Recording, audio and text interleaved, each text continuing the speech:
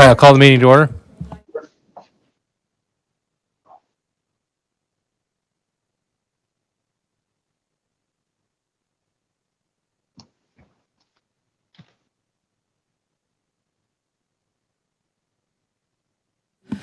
The meeting has been posted according to open meeting laws.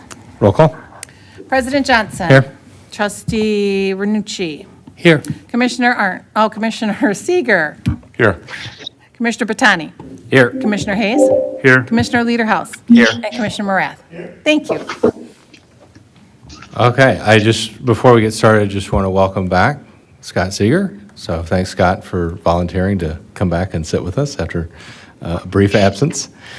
And also want to introduce Oren Simwalt from FOTH.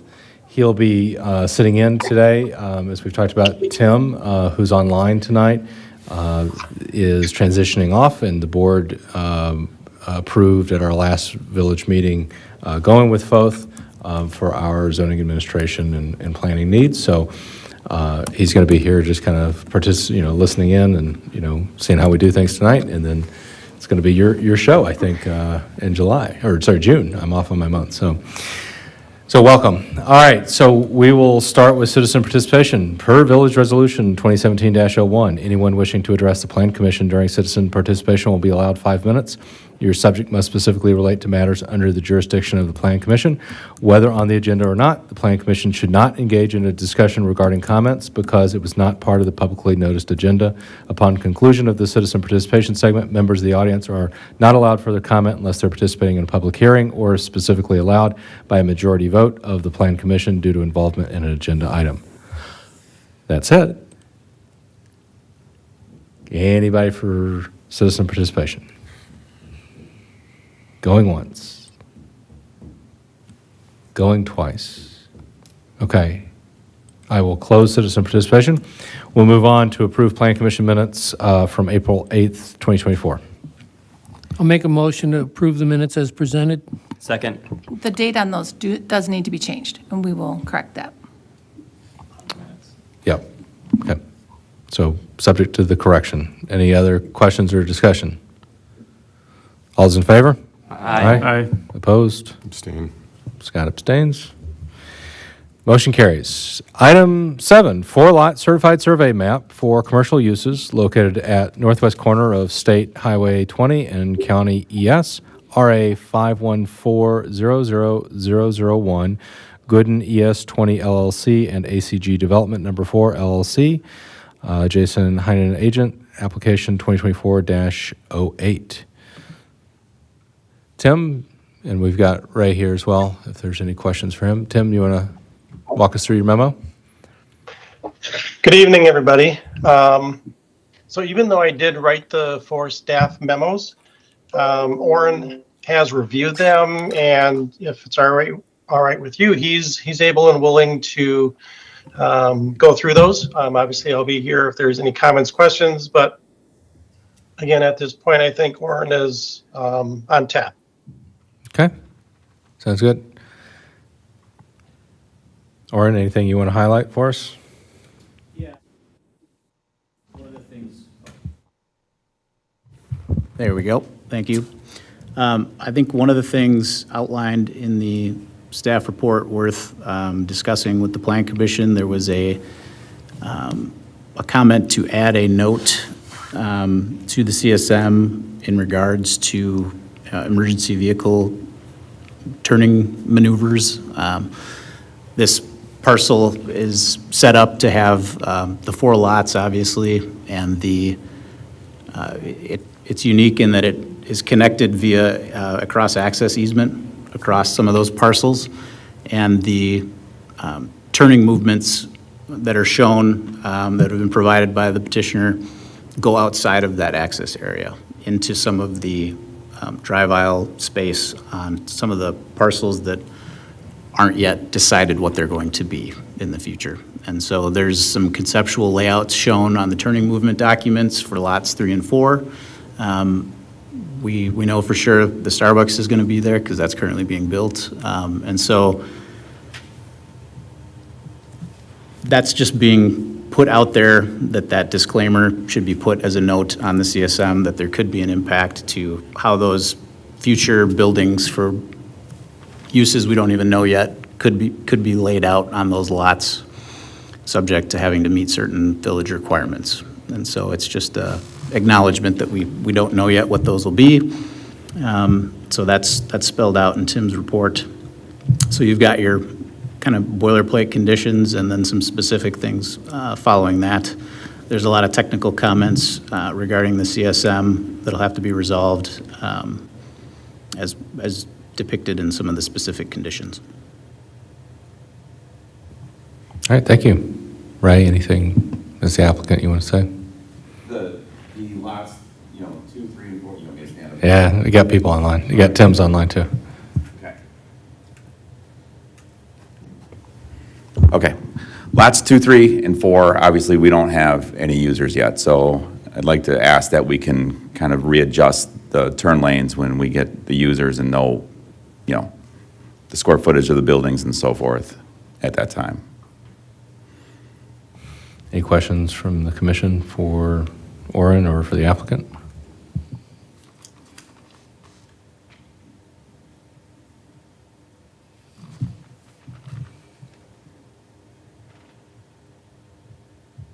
You're looking for a motion? The chair would entertain a motion.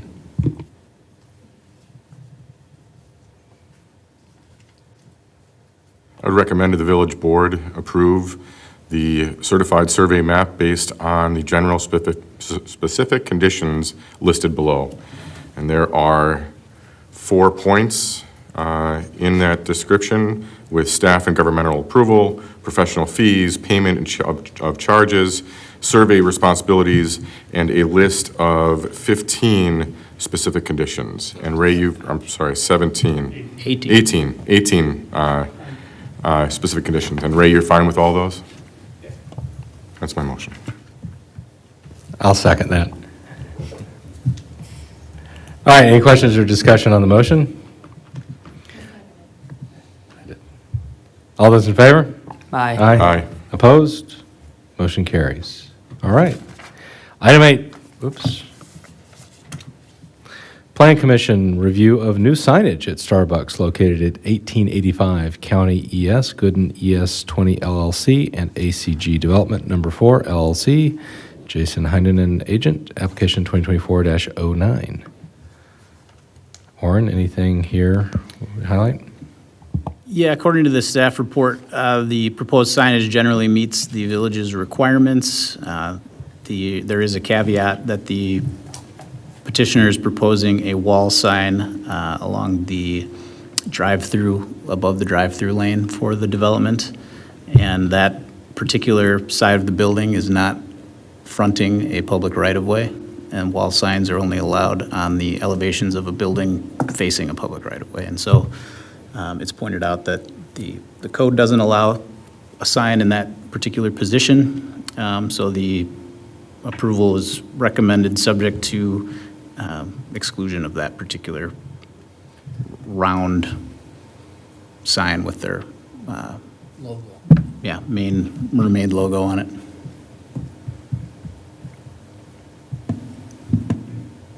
Ray, any questions or concerns on that? I have a question. I'm just curious, and I guess maybe it's because I'm a little slow now since I'm getting towards my retirement age, but would we allow some kind of directional signage to say drive-through window or something of that nature as opposed to a logo?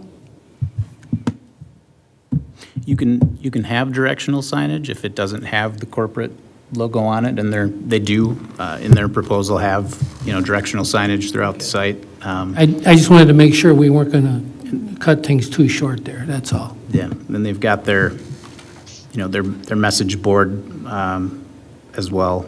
So they've got some other things out there other than their wall sign and their monument signage, but specifically that one round wall sign, and it looks nice on the building, right? Maybe that's why they liked it, because it filled that space. But it's just technically not allowed per the code. I would I'd make a motion to approve the proposed signs as proposed, subject to the following conditions. The applicant must obtain any building permits as may be required, and the wall sign above the service window may not be installed. I'll second. All right, any questions or discussion on the motion? All those in favor? Aye. Aye. Opposed? Motion carries. Item 9, change color of front facade located at 2882 Main Street in Downtown Design District. Kathleen Onsgaard, property owner, and Amber Lamar, business owner, application 2024-10. So you see the memo here. Orrin, anything we want to highlight here? This looks pretty straightforward. That's right. The recommendation is for approval of the revisions to the facade as proposed. This is just something that needs to come to your attention because of the downtown design district standards. And so it seems to be in keeping with those. Looks good. I'll make a motion that we approve the revisions to the facade as proposed. I'll second. Okay, any questions or discussion on the motion? I do have a question about the proposed painting of the building. We do see a very limited view of the building. It's only the lower part below the roof line. Is anything else on the entire building going to be addressed? It does seem that there's going to be a pretty huge contrast between what's that called, a copper color, and then there's the same light blue that you have at that lower area would be above, and I have a large difference in those two colors. I didn't really see what was happening with the rest of the building. There's a, what do you call it, like a little awning type thing sticking out with dark shingles, which Mhm. would separate that part from the top. And the top has faded to such a pale gray, I don't think it would look funny to just have that lower part painted for now. What I had planned to do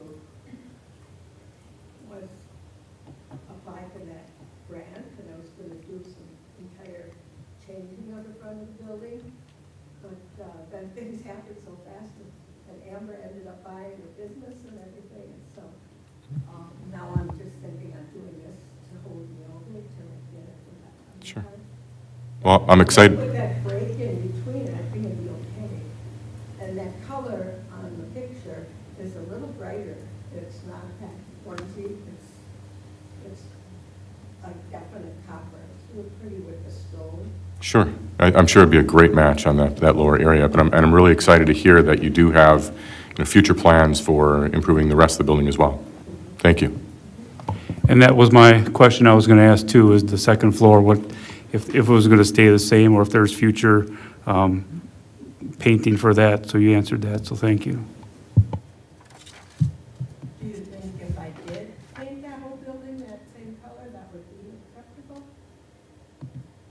I guess the true question is, if for some odd reason it looks that awful, that we can go ahead and do the top section as well, until obviously grant approval if that happens. Yeah, I think that'd be a separate application, but I think too, you're interested in pursuing the CDA facade grant, which is exactly why we have that there. So we're really excited that the improvements and want to, find a way. And just with the downtown district, normally we wouldn't make you come, but that's just with that overlay there. So appreciate you going through that with us.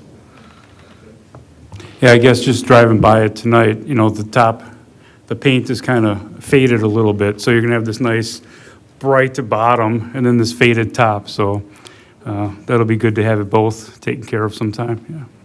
And where the sign was taken down, that square old sign was taken down, that's the darker blue under there, and the rest is all faded to a pale gray. So that part definitely needs painting for that reason also.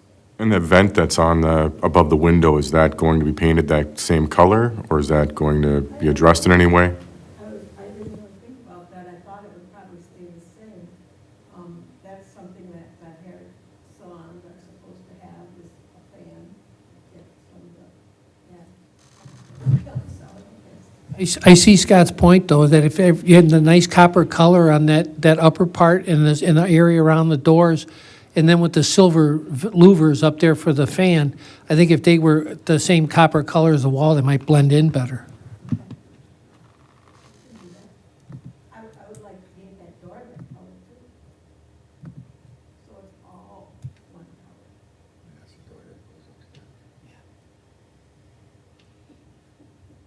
Other questions for the applicant? Can you read back the motion? The motion was to approve it, we did a second. We're waiting on a second? No, we did a second. Okay. Seconded that, so. Okay. just do it. All right, any other questions? The motion was to approve. So is the motion, if we want to do the applications, ask for commissioners to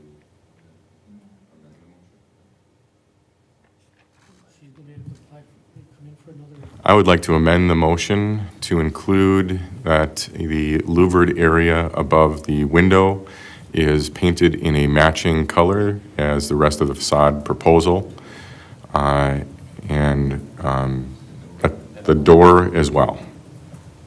You think that would look better with the door painted the same color?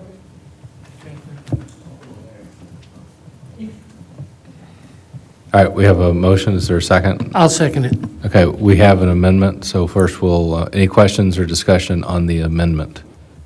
Who seconded it? 40. Thank you. All those in favor of the amendment? Aye. Opposed? Motion carries. Okay, so now the amended motion. Any questions or discussion on the motion as amended? All those in favor? Aye. Opposed? Motion carries. Thank you. We're looking forward to seeing how it looks. We can't help you with that. Only so much we can do here.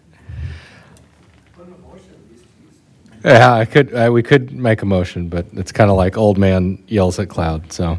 All right, we have item 10, modify exterior wall between outdoor patio and the public sidewalk located at 2079 Division Street. Sammy's, Samuel Bressler, applicant, application 2024-11. So we have the applicant here, and you see the memo. Any questions for Oren or the applicant? So it's basically just going to be a rock or brick wall, correct? There's not going to be any fence on top of it. It's just going to be the wall and the gate, right?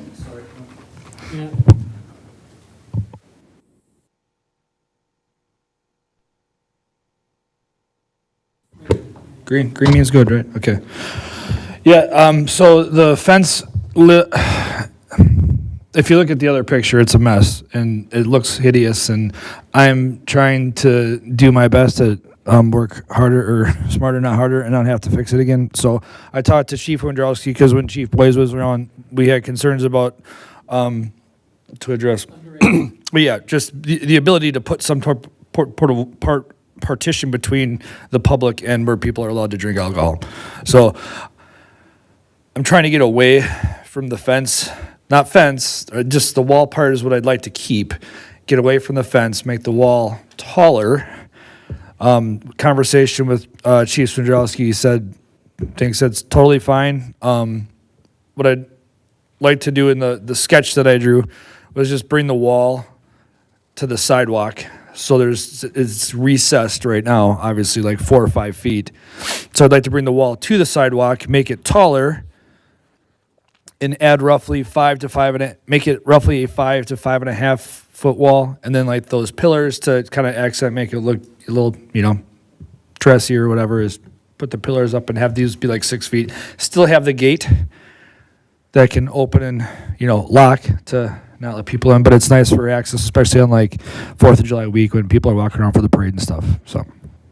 The stones, I was asked, I couldn't get a hold of the old stones. They don't make them anymore, but it's a Unilock brick, and it's great. And the guy said we can't do those anymore. So the plan was to use the existing brick that's there, and then add in some accent rows, so it's almost like a kind of a ribbon effect, and that way we wouldn't have to destroy the entire wall and not like it saved me money by not having a complete. To buy all new brick, but that's what I got. Is that a wrought iron fence? No. I'm sorry, It on the gate? I wish it would have been, because I probably wouldn't be here today, but yeah. It's an aluminum fabricated thing. It's not super heavy at all. The gate itself is actually held up really well. It's just all the posts and stuff. And I've honestly been fixing it every summer for the last 8 summers. So it's time to get something else in there if I'm able to. And this was the easiest solution for me, was just to make the brick fence higher, or the brick wall higher, and keep the gate in front. So the lines are going to come back into the inside, obviously, because there's no room for those at that point. So. And Sam, have you checked with the county about right-of-ways and setbacks for that area? Make sure that you're not going to encroach on. I know that there's been a couple of buildings in the square that have been by inches. Yeah. So making sure that stone wall coming to that sidewalk. To my is okay knowledge, with there county. isn't any infringement on any areas, but I will double check for sure, because I'm pretty sure I could have put it out to the front to begin with when I did it in 2008, and I don't know why I didn't, but I did. But I don't really, you know what I mean? Like, I don't believe so, but I'll make sure it's under, it gets figured out. Yeah, I don't want you to have all that work Have put to into move it, it, and yeah. they come in and say something about it after we Right. approve it, so. Yeah, Yeah, I was gonna say that, clarify that with the county, and then I do like the idea of bringing it out. And I would like to see a concept, though, of coloring with the striping, what you're gonna do. Oh, I mean, I don't if you wanna look see back throw at some- honestly, like I said, if you can go back to the other picture, it's just kind of like, great. And you see that there's like a ribbon in there right now anyways. Like, it looks to be. Oh, yeah, now I see it. I did not see second course. that before. Okay. Yeah, so essentially we'll have 2 rows of the if you look at the ground there, Chris, the bottom 2 rows would be like basically the same brick. And then we would get a row in of the colored. I'm not saying it's going to be that specific. Like, once again, they don't make that style anymore, but it'll be something very similar to that. And then we'll have another 2 courses of that brick, and then another colored band through there. Okay, I got you. So you're gonna stay with the gray and Yeah, and yeah, the white, which you yeah. have. And I'm assuming you're gonna power wash these before you relocate them? So my Brian Pluis over Wisconsin Masonry's got all that under control. So yeah, Excellent. we'll give her a freshen upper. It'll hopefully look a lot better than it does right now. And just for anybody's information, the building that was there that burnt down, that did go to the edge of the sidewalk, just like all the other buildings on the square did. But to your point, Scott, it would be a good idea to make sure we're not encroaching anything. But that building actually housed 2 barber shops in the village, right It's a next pretty to each easy other. process too, Sammy, just getting a plot survey and talking to, I have a plot survey yeah, that should. already. I guess my question is, who I need to contact over at the county to see it? Like, I've never had to ask this question before, so, is there a specific area at the county that I would have to check with, or like bring my survey into and say, hey, this is what's going on? Scott, would you know anybody that would be a good contact there for that? But I remember when we were talking about the 3-story building that the Roars built on the square, there was a issue about setbacks in that construction. And it was, Scott, that's because the lower level in the basement went underneath the sidewalk of the square on that building. But we also had this issue no, with the recent it was work. just the facade of the building was encroaching within the space. It had nothing to do with the footing itself. I believe it's the county highway department because it's county highway right away. In recent approvals, the county has not had issues, and they usually end up deferring to the village because it's our public sidewalk. So we could talk to our public works director, Jason Equitz. He is on vacation. He'll be back next week, if that's not going to delay you at all. I mean, the Wisconsin Masons are basically ready to go once the approval hits, so it's just, it's not going anywhere. So whenever I can go, it's the soonest I can go, that's when I'll do it, but. Okay, I will talk to Jason about it on Monday when he gets back, and we'll reach out to you. Okay, so if you hit up Jason, do you still want me to get into with the county on some level, or if Jason, is it like if Jason's good with it, then we're good with it, or do you still want me to try to reach out to somebody in the county? In the meantime, you can reach out to somebody in the county. I will follow up with you tomorrow and send you a contact person at the highway department. Do you think you'd In check the with motion itself, that's Darren been, Schwanke? Do you think you'd want to check with Darren Schwanke at the county? So hang on. So we had this situation recently with the other property that's being remodeled on the square. They had the same issue with some of their planters on the front. We directed them to the county. We'll direct Sammy to the same people at the county. That's what the motion says here in Tim's memo as well. So I think we're being consistent here. I think he's laid out, the design as he's looking for. You guys have asked the questions about what it looks like. I think the only thing I was going to, let you know is I've been doing a lot of researching about fences lately in village code, and I'd have to go back and reread it, but I know there's a 6-foot limit there, so you might, I don't know if that applies to, though, I guess, accents or flourishes. Sure. So I just I want was to under the make sure. impression it was 8, so but I mean that's okay. I have to I'll just make sure it's under 6 feet. Well, all I would say is go back and just double check that, because I don't have that ordinance right in front of me, but, Because I know the fence in the back, man, it was. I wanted it to be a certain height, but actually I think this is a long time ago. But it's like as long as it's under 8 feet, whatever, you're good. But I'll double check and make sure. yeah, that's all. But I think everything else here, you've answered the choir questions. So so we're gonna have to amend this. I guess I'm just worried about like what my starting point is. Do I have to wait through the next planning commission meeting at this point to continue if we get So all this what- stuff where it needs to be? So I think Scott's about to try to make a motion. Oh, God. as I'll just noticed shut up here. And that motion basically would be, we would be approving it contingent upon the county saying, you're okay. Now, if the county goes, no, we got to, then we'll deal with that. But I think it's basically the way you've outlined it here and answered our questions, I think it's going to be fine. I'll let Scott make his motion. So I'd make a motion to approve the fence as proposed, provided the petitioner either verifies the fence is entirely on private property or obtains an encroachment agreement in place in whole or in part within the public right-of-way. And also within the village ordinance for fences. I'll second that. Okay, we'll give it to Chris. Chris got the second. Any questions or discussion on the motion? Oh, it's Jacob, sorry. I just had one question regarding the material. Is it going to be a split-face block like there is there today?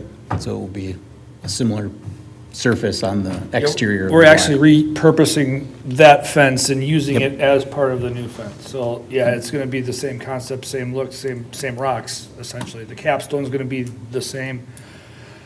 And, Couple of new bands inside. yeah, just a couple of new bands that add a couple feet, so it's a little bit taller. Great. Any other questions or discussion? All those in favor? Aye. Aye. Opposed? Motion carries. You guys are the best.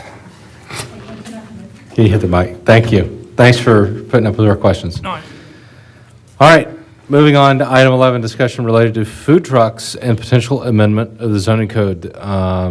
There was here Tim's memo that we talked about last summer. We requested additional information, specifically other examples from communities. He has a memo from that meeting, a document describing food truck-related standards and information from Madison, Oak Creek, and West Bend. And so I think the question at hand is, what do we want to do with this?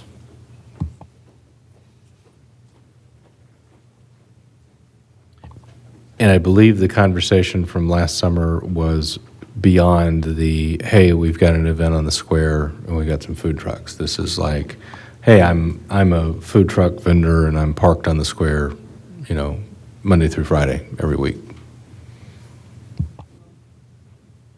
Is this a problem now, or is it just something that we're taking care of for the future? It could be. So these people that are doing the food trucks, they buy permits from us? Lori? Didn't know if you were going to take that. We do have a accommodation for a solicitor or direct seller's permit for a food vendor, specifically arranged for a food truck. It's a $50 annual fee. So there's that. I think some of these questions were for allowing a food truck on a leased parking lot or on a side lot. So we have something in place already to address this. I think that maybe just adding some simple verbiage identifying timeframes might help us. Does that make sense at all? I think some of the question, I'm going off memory from the last meeting, and knowing what prompted the discussion again, also related to how the Plan Commission wants to authorize these, because it was an existing business owner that wanted to allow them to park in their parking lot and sell food on a regular basis. So you go through a site plan approval process for these businesses. And some of the questions that I am remembering from that meeting related to the required number of parking spots for a restaurant. And now all of a sudden, there's a food truck there all the time. They're taking up some of those parking spots. So there were questions regarding that and seating and numerous other questions related to, like, do we want to allow this on an existing business property that we've went through a site plan approval process? So I think that's part of the discussion. I don't know if you have any input on this, Oren. I know I'm kind of just throwing this at you, but if you have any thoughts on that. Well, some of the things that come up with these, there can be concerns from existing brick and mortar businesses that this type of competition, doesn't have to have the same capital investment that they did. And so if if a mobile vehicle is allowed to come in and park and compete head-to-head next to one of your existing restaurants in, let's say, your downtown area, that's been something that can come up and has come up in other places. And I've seen language to address that by creating separation distances, within an ordinance. Other things that come up, what are people doing once the transaction's complete? Is the vendor going to have some type of seating? Are you going to accommodate that through some type of ordinance language or process? Or is it just going to be, you get your food and you're on your way, and you go use either public amenities that are available, or you just go back to your car or go home or whatever? So that's another aspect to these. So if I could jump in just a little bit. Please, Tim. So basically, you have a process to deal with your special events, where you have your bike race or you have some kind of function going on in the park. So this ordinance, or the potential ordinance, primarily deals with food trucks on private properties, not on a public park, not associated with some kind of special event where people might be parking their food truck within the right of way. So I think the one instance is covered pretty well. But again, on private property, it's currently not allowed. So this was intended to make that allowed with certain terms and conditions.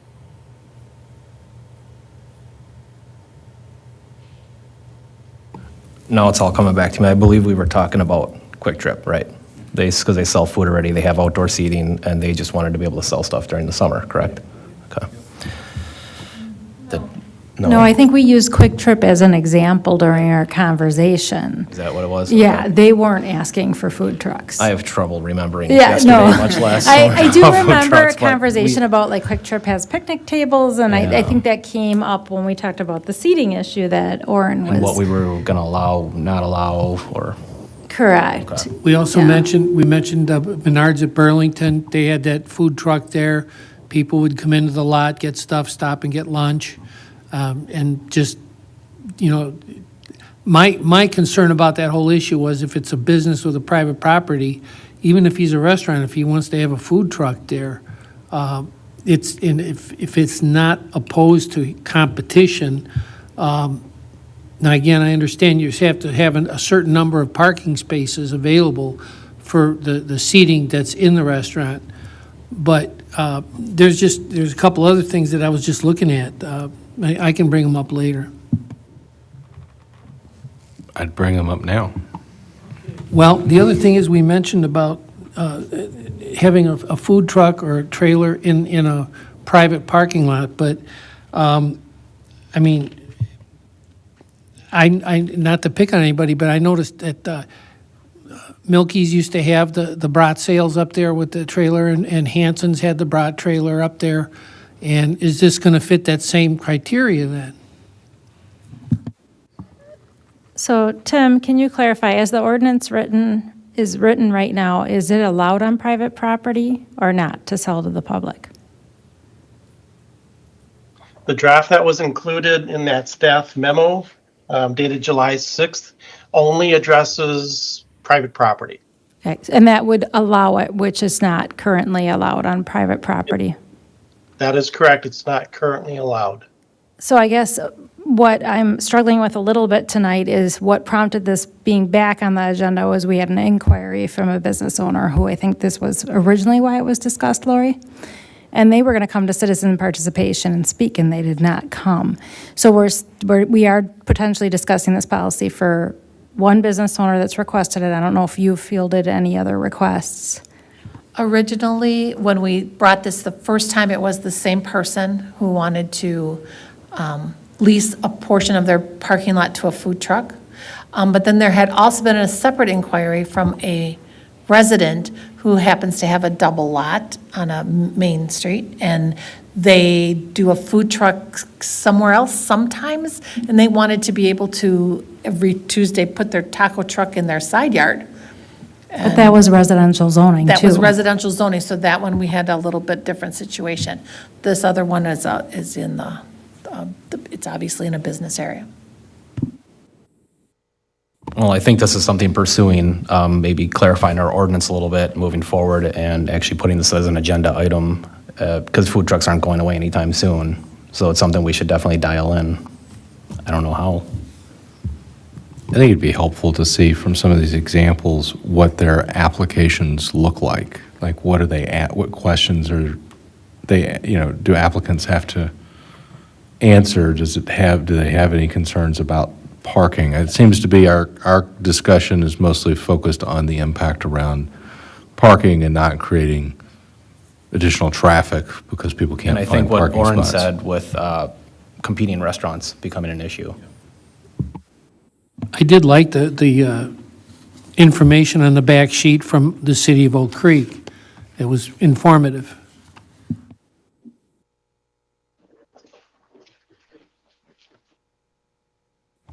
So I guess my question is, what constitutes a food truck? I mean, is it a self-driving truck? Is it a trailer? There's a guy in McGuanago that just has a hot dog cart. I mean, is that considered a food vehicle also?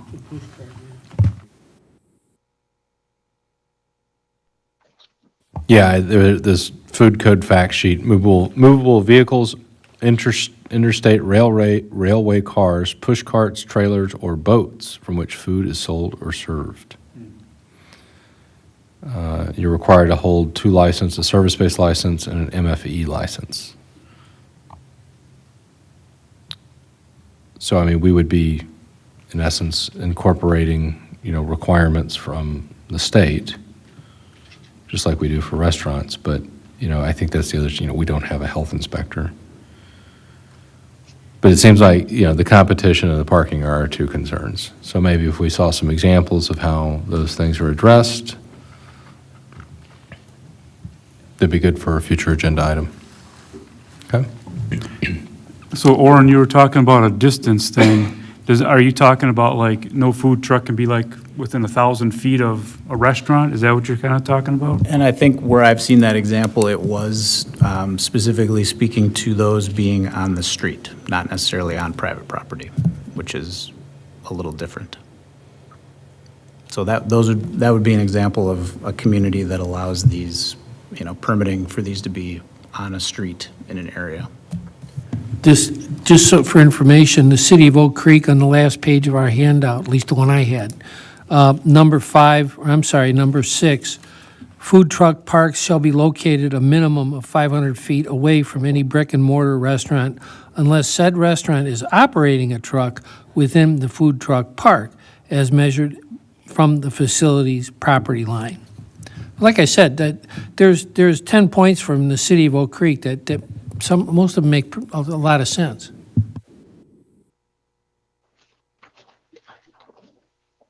So I would point out, though, that the one from Oak Creek actually talks about a food truck park, where in fact there's multiple food trucks that gather on the same property.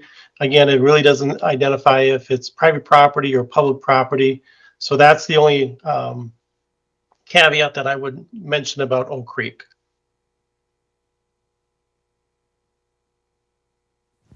Okay.